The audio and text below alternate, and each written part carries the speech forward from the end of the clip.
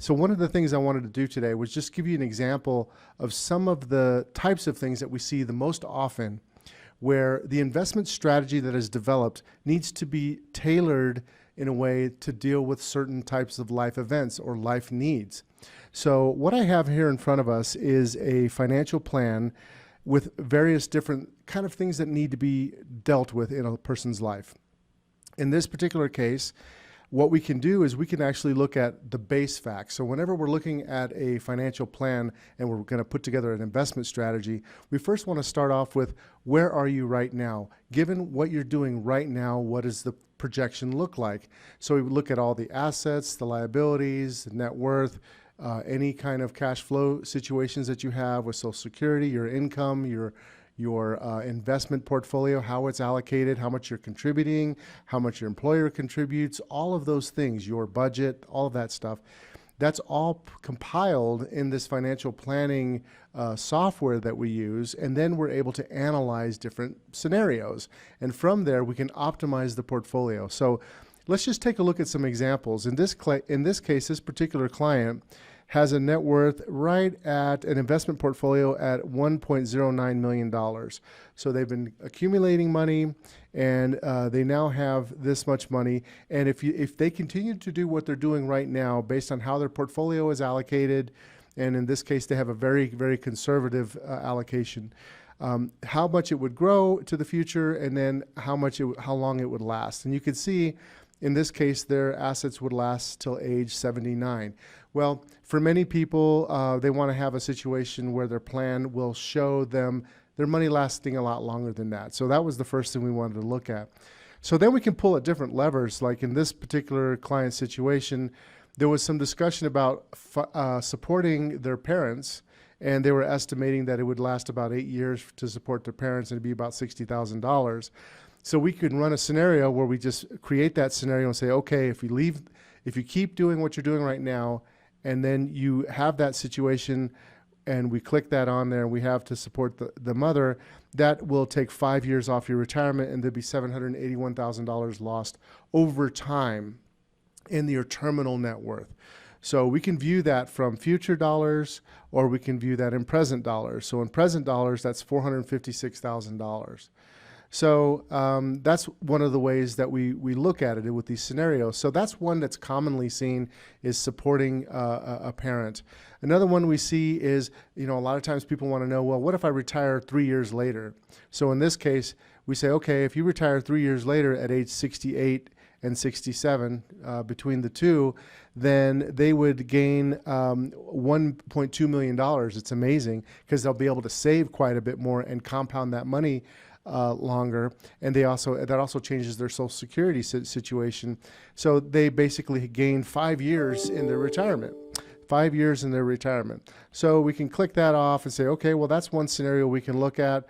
But you notice that it was still quite not enough to fund. So the other thing would say, well, what if we sold a vacation home that we have? If we sell this vacation home, then we would also gain about 5 years. So that's one thing that we can look at. A lot of times there's real estate transactions, selling a home, buying a home, or getting a second home, downsizing, upsizing.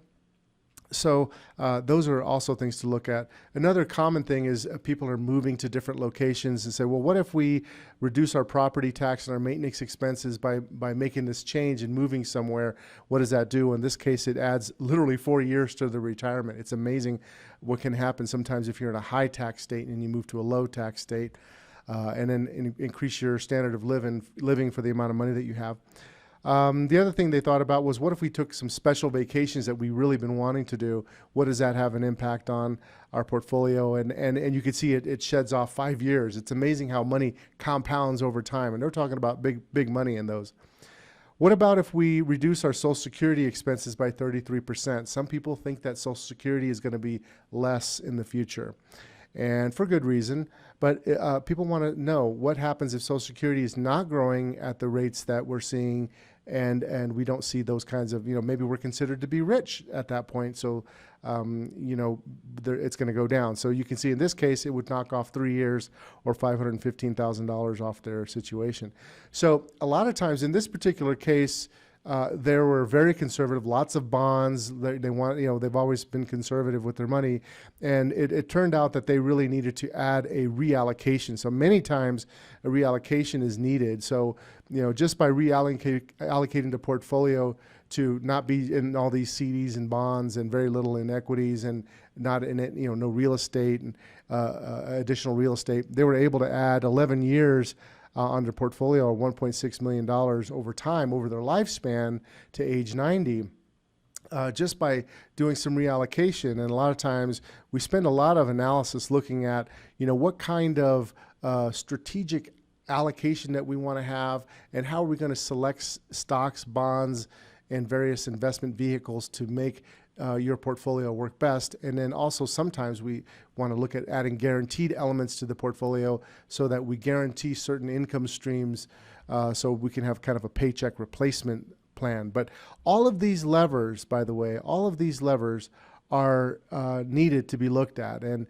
so that's one of the things that we want to do. So that's one thing that to keep in mind. So let's also take a look at what would happen if we were to kind of add some of these things. So if we change the portfolio value, we know we're going to have this financial support that we're going to need. And if we add our growth rate rebalance, we still are barely making up that difference. So we know we're going to need to modify some of these goals in terms of how to deal with financial support. Maybe the best thing to do is to retire 3 years later and increase the growth rate. And then, then they could also move to another location. And then when the financial support is doable, then you could see, and if they sell the vacation home, it's even more doable. If they, so you can pull various combinations and look at what would happen if you made these decisions. So making smart financial choices is not just a matter of saying, I'm a good stock picker or I'm a good, investor in general. There's a lot more to it. We have to look at the holistic picture. So that's really the biggest thing I wanted to kind of point out is that if you're in a situation you want to make smart financial choices, it really makes a lot of sense to have this kind of approach. Do holistic analysis, look at all the different elements that can affect your situation, then make good portfolio decisions.